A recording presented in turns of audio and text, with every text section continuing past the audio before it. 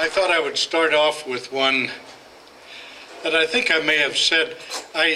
Whenever I do poems anywhere, I always very carefully note which poems, put the date and all that, and then promptly lose the piece of paper. So I never can remember. So I thought where's Tom Montague? Okay, this is kind of for Tom. Actually, I could make it for Bert, too. This is called Old Cookie. And the cook on the cattle drive is probably the most important person other than the range or the boss. So I think this reminds me more of Bert than it does you, Tom, but anyway. I call the poem Old Cookie. Have I done this before? Should I do another one then? No, do that. Now, Old Cookie was some ugly. And he surely weren't no rose. If you lost him in a stampede, you could find him with your nose. Cookie wasn't scared of water. Shoot, he used it every day, making coffee, beans, and biscuits. But washing it? No way. I ain't faulting Cookie. He could sure enough rustle grub, but he'd get just plain insulted at the mention of a tub. Cookie's apple pie was heaven. It just seemed some angels blend. Punchers put in their fought for seconds, but they always ate upwind. Cookie's wagon, it was spotless. Plates and cups was shiny clean. But you mentioned bathing, and Old Cookie'd get plumb mean. You really can't blame Cookie. He only had one shirt. We never knowed which parts was cloth and which parts grease and dirt. I roped a skunk for Cookie once. Just did it for a joke. When I drug him up to Cookie, well, I thought that skunk could choke. We lost Old Cookie that year at a crossing on the Platte. Chuck wagon tipped in midstream. We only found his hat. Old Cookie never learned to swim. A fact too late found out. Of course, I always thought if water dried, Old Cookie'd probably sprout.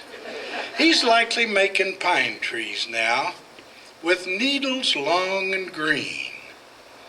He lived his life in one old shirt, but he met his maker clean.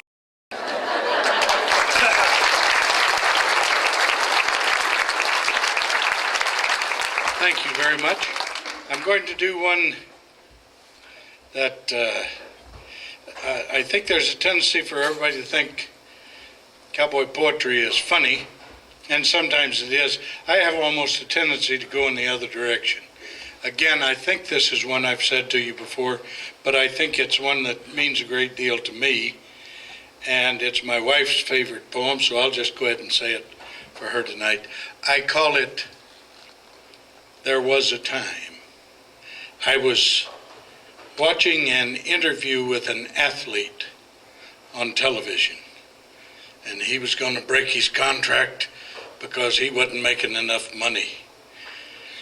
I've said how long ago this was, because he was only making $1,500,000 a year for playing a little kid's game. Now, in the time of my favorite person, Terrell Owens, you'd have to say $48 million a year or something like that. But anyway, I can remember thinking, he's going to break his contract, and there was a time when all you needed was a handshake. This is what came out of that. There was a time when handshakes meant more than a contract now. When if you gave a man your hand, you took a solemn vow. There was a time when justice meant more than just playing a game. When guilty men weren't turned loose to rob and kill and maim. There was a time when marriage meant more than just saying I do. When man and wife were mates for life and tough times through. There was a time when manners meant more'n just thanks or please. When men could rise or hold the door and not feel ill at ease. There was a time when freedom meant more'n just what's for me. When each right carried with it responsibility. There was a time when families meant more'n just groups hard pressed. When mothers still taught daughters and fathers still knew best. There was a time when learning meant more'n just what's in school. When neighbors helped each other and we lived the golden rule. There was a time when American meant strong and proud and free. When people's thoughts weren't molded by that wasteland on TV. There was a time. That time could come again if wisdom, love, and honor would rule the hearts of men.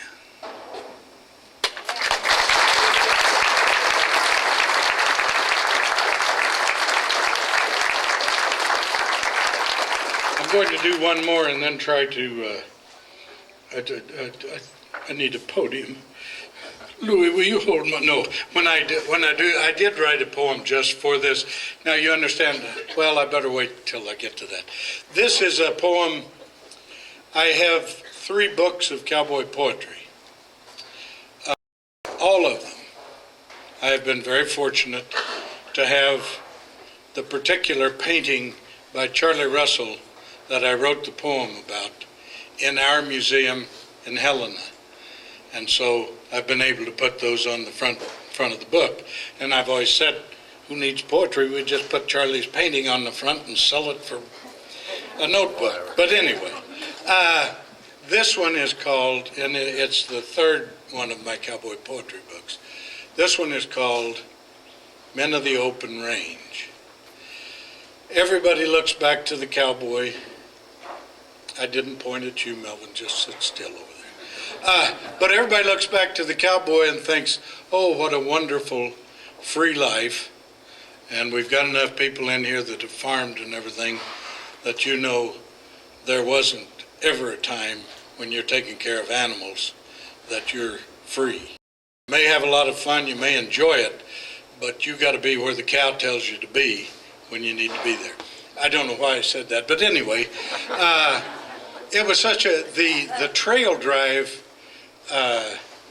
era, or the open range era, was so short it almost was gone before we knew it. Of course, it was short for the mountain men. It was short for almost everybody. Maybe short for us. But anyway, this is called Men of the Open Range, and I should have brought a slide or something. Yes, if you would. Just to show them. It's a picture of some riders topping a rise, and when you see the big picture, it's almost like Charlie Russell didn't finish because the guys coming up from the Missouri River behind him are not finished. You can see the river through them. You can see the trees through them. And it made me think of ghosts. Thank you. I call the poem Men of the Open Range. I can see the ghosts of riders moving out across the dawn. The gold of day's first coming paints their passing, then they're gone. They were men of open ranges. No wire cut their kingdom then. They rode as knights on grassland oceans, lords beyond the townsman's ken. I can hear the leather creaking and the jingling of the spurs and the whispering of hoofbeats and the hiss of lucifers as they're lighting up the make way to gather cows. In the breaks of the Big Muddy, with a freedom God allows only to the few, the chosen, to the horsemen on the land, where a man could see the elephant or know his Maker's hand. They could be both proud and humble for the gift of sky and space that would make those unfamiliar fear the vastness of the place. They were men who'd trade no other, be he commoner or king, for to ride the far-sung places and to hear the west wind sing was to know the horseman's holy grail, know paradise each morning, where horse was gift of God to man, and yet to know the warning that all could change beyond the nightmares they made, that men could come with plows and fences, like some plague could make theirs. Did I forget a line? Like some plague could make their free and easy rides out in the dawning, steal their wild and open range, steal the jingle from their spurs, and ring their death knell with the chain. But these were men of open ranges. No wire cut their kingdom then. They rode as knights on grassland oceans, lords beyond the townsman's ken. I can see the ghosts of riders moving out across the dawn. The gold of day's first coming paints their passing. Now they're gone.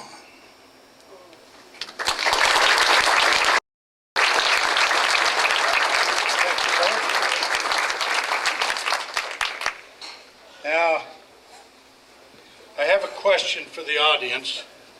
As we left the last gathering, or I say gathering, the last reunion, Tony said, "Hey, Logan, write a poem for the 50th. Well, I didn't think I'd make the 50th. I mean, I didn't think I'd last that long. But anyway, she called me about 2 weeks before this illustrious occasion and said, among other things, "How are you coming with that poem?" I said, "I've been thinking real hard on it." So I went back to my computer, and for once it cooperated. This will show a distinct lack of originality. Weren't you having trouble? Yeah, it's a microphone. It's a microphone. Okay. A distinct lack of originality, because the title of this poem is the class. Did that work? Yeah, you may have to put the mic down by it. Okay. I call it The Class of 56. How's that? We're looking back down 50 years to when we all were young and leaving old field Kindley High to head for parts far flung. Our eyes gazed toward the future then and lives we'd yet to know.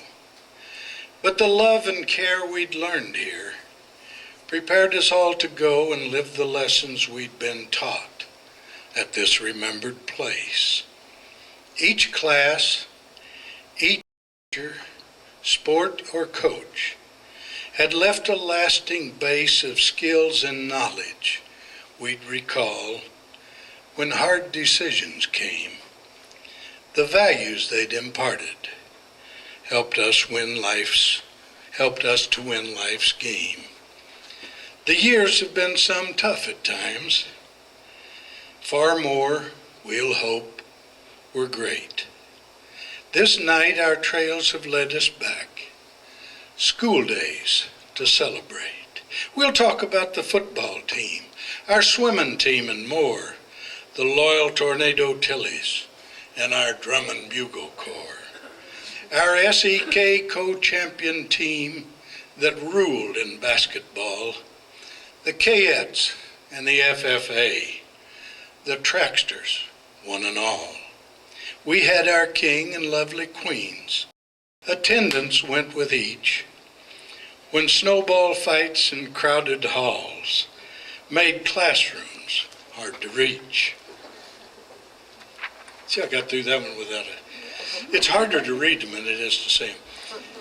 We'll tell some tales of friends long gone that each of us still mourn, and chuckle at some old-time jokes and letter jackets worn. This evening finds us young no more. A few have lost some hair. We might have even gained some weight.